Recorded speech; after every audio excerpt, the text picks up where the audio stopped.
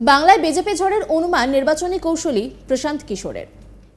তার বিশ্লেষণ মানুষ সাধারণত বিশ্বাস করে। এখনো পর্যন্ত তিনি যা বলেছেন গত কয়েক বছরে তা ঘটেছে। একসময় মমতা বন্দ্যোপাধ্যায় নির্বাচনী কৌশলী ছিলেন প্রশান্ত কিশোর। একটি সংবাদ সংস্থার সঙ্গে কথা বলার সময় তিনি বলেন, বিজেপি আশ্চর্যজনকভাবে পশ্চিমবঙ্গে তৃণমূলের উপর বড় লিড পেতে পারে।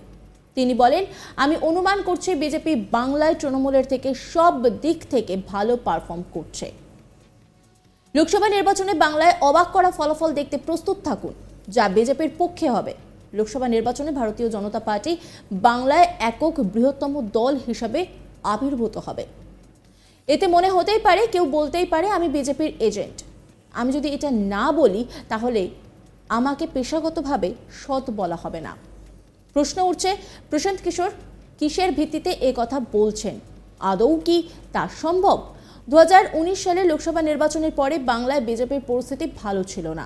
বিধানসভা নির্বাচন হোক বা স্থানীয় সংস্থা নির্বাচন, সব নির্বাচনে বিজেপি মুখ থুবড়ে পড়েছে। উপনির্বাচনেও বিজেপিকে হারিয়েছে তৃণমূল। বিজেপির সমস্ত সিনিয়র নেতা, এমনকি মন্ত্রীরাও দল ছেড়ে তৃণমূলে যোগ দিয়েছেন। তাহলে কোথা থেকে এমন আশার আলো দেখছেন তিনি? এর পিছনে কি কি যুক্তি দিলেন প্রশান্ত? এক, মমতা বন্দ্যোপাধ্যায়কে ব্যক্তিগতভাবে আক্রমণ করেননি। মোদি বলা হয় যে বিজেপি গত বিধানসভা নির্বাচনে ইতিহাস তৈরি করতে প্রস্তুত ছিল, কিন্তু মমতা বন্দ্যোপাধ্যায়ের ওপর প্রধানমন্ত্রী নরেন্দ্র মোদীর ব্যক্তিগত আক্রমণ শেষ মুহূর্তে সব সমীকরণ উল্টে দেয়। মমতার উদ্দেশ্যে প্রধানমন্ত্রী মোদীর সম্বোধন দিদি ও দিদি তৃণমূলের মা, মাটি এবং মানুষের অবমাননার বিষয় করে তোলে। এই কৌশল বদলেছে বিজেপি। মমতা বন্দ্যোপাধ্যায়কে ব্যক্তিগত আক্রমণ করা হচ্ছে না, সবকিছুর জন্য তৃণমূলকে দায়ী করা হচ্ছে। সন্দেশখালীতেও প্রভাব পড়তে পারে সিঙ্গুর ও নন্দীগ্রামের মতো। প্রধানমন্ত্রী নরেন্দ্র মোদী ধারাবাহিকভাবে পশ্চিমবঙ্গ সফর করছেন এবং সন্দেশখালীতে যেভাবে আক্রমণ শানাচ্ছেন, তাতে মনে হচ্ছে এবার এই ইস্যুটি বাংলায় বড় আকার ধারণ করতে চলেছে। স্থানীয় বিজেপি নেতারা সন্দেশখালীকে সেইভাবে নিচ্ছেন যেভাবে তৃণমূল করেছিল। সিঙ্গুর এবং নন্দীগ্রামকে একটি আন্দোলনে পরিণত করা হয়। সন্দেশখালীতে আন্দোলনকে তীব্র করার কৌশলের অংশ হিসেবে দলটি the big rebel the Sandeshkhali সরকার নামে একটি ডকুমেন্টারিও প্রকাশ করেছিল।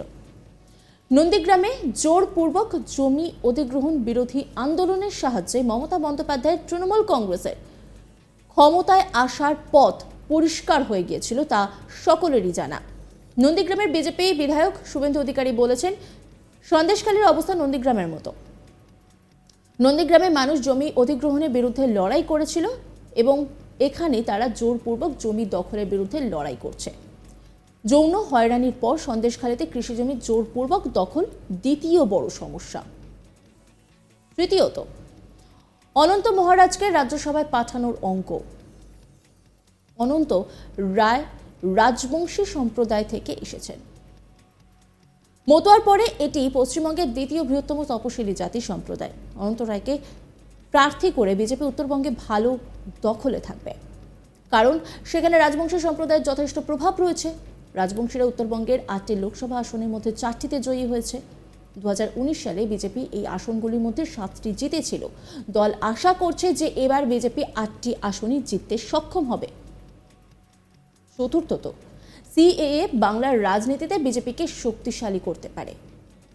সিএএ বাংলায় বিজেপির নির্বাচনী প্রতিশ্রুতি। অমিত শাহ থেকে শুরু করে প্রধানমন্ত্রী মোদী বাংলায় সিএএ কার্যকর করার কথা বলেছেন। সম্ভবত এই কারণেই বিজেপি আইনটি কার্যকর করার বিজ্ঞপ্তি জারি করেছে। বাংলার মতুয়া সম্প্রদায় সিএএ বাস্তবায়নের ফলে সবচেয়ে বেশি সুবিধা পাবে। মতুয়া সম্প্রদায় সম্পর্কে বলা হয়, মতুয়া ভোট যেখানেই যায় সেখানেই উঠে আসে। বাংলায় আনুমানিক 1,80,00,000 মতুয়া সম্প্রদায়ের ভোটার রয়েছে, যারা যে কোনো দলের খেলা তৈরি বা ভাঙার ক্ষমতা রাখে। পশ্চিমবঙ্গের নদিয়া, উত্তর ও দক্ষিণ 24 পরগনা জেলার অন্তত 4টি লোকসভা আসনে এই সম্প্রদায় নির্ণায়ক। মতুয়া সম্প্রদায়ের মতো রাজবংশী সম্প্রদায়ও সিএএ এর সুবিধা পেতে চলেছে। রাজবংশীয় হিন্দু, এরা 1971 সাল থেকে নাগরিকত্ব পায়নি। এইভাবে বিজেপি প্রায় 10 থেকে 12টি আসনে সরাসরি এগিয়ে রয়েছে বলে মনে হচ্ছে। পঞ্চম কারণটা হচ্ছে যে তপশিলি জাতি বিজেপির পক্ষে একত্রিত হতে পারে। হিন্দুদের মধ্যে তপশিলি জাতি রাজবংশী মতুয়া যারা রাজ্যের জনসংখ্যার প্রায় 23%, তারা এবার বৃহত্তর পরিসরে বিজেপির পক্ষে ভোট দেওয়ার সম্ভাবনা রয়েছে। 2019 সালে চা শ্রমিক এবং জঙ্গল মহলের আদিবাসীরাও বিজেপিকে ভোট দিয়েছিল। এটি প্রত্যাশিত যে সিএএ এর অধীনে মতুয়া এবং রাজবংশীদের সুবিধাগুলি অন্যান্য তপশিলি জাতিদের উপরও মানসিক প্রভাব ফেলবে। এসসি ভোটগুলি অপ্রতিরোধ্যভাবে বিজেপির পক্ষে হবে বলে আশা করা হচ্ছে। ষষ্ঠত কারণটা হচ্ছে যে হিন্দু ভোটারদের একত্রিত করার প্রচেষ্টায় বিজেপি লাভবান। পশ্চিমবঙ্গের রাজনীতিতে মুসলিম ভোটারদের বিশেষ গুরুত্ব রয়েছে। সম্ভবত এই কারণেই সিপিএম থেকে তৃণমূলের সবাই তুষ্টির রাজনীতি করছে। প্রথমবারের মতো বিজেপি রাজ্যে ভিন্ন ধরনের রাজনীতি করছে, যার কারণে গত নির্বাচনে হিন্দু ভোটের মেরুকরণ হয়েছে। রাজ্যের হিন্দু জনসংখ্যা মোট জনসংখ্যার প্রায় 71%। 2019 সালের লোকসভা নির্বাচনে হিন্দু ভোটের ব্যাপক মেরুকরণ হয়েছিল। অনেক সমীক্ষা অনুসারে প্রায় 55% হিন্দু ভোট বিজেপির পক্ষে আছে। সম্ভবত এই কারণেই এবার বিজেপি কেবল আবেগের বিষয়গুলিতে মনোনিবেশ করেছে।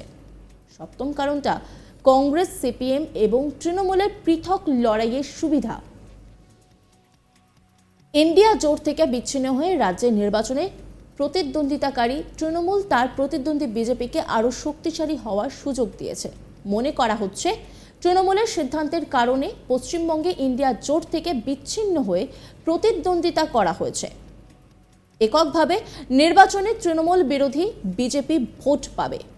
এছাড়া ভোট বন্টনের সুবিধাও পেতে পারে বিজেপি। কংগ্রেস নেতা অধীর রঞ্জন চৌধুরীর বিরুদ্ধে লড়ছেন তৃণমূলের ইউসুফ পাঠান। পাঠান একজন সেলিব্রিটি ক্রিকেটার এবং একজন মুসলিমও। তাই ভোট ভাগ হলে লাভ কার হবে? অবশ্যই বিজেপি। যদি দুজনের লড়াইয়ে শক্তিশালী প্রার্থী দেয় তাহলে এখান থেকেও জিততে পারে।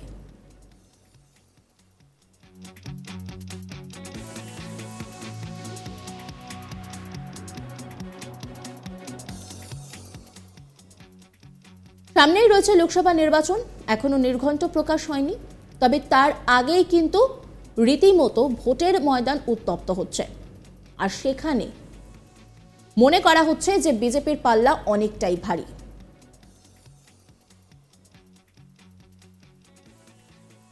অন্যান্য খবরের আপডেটের জন্য অবশ্যই নজর রাখুন আজ তাক বাংলার ইউটিউব স্ট্রিমিংয়ে।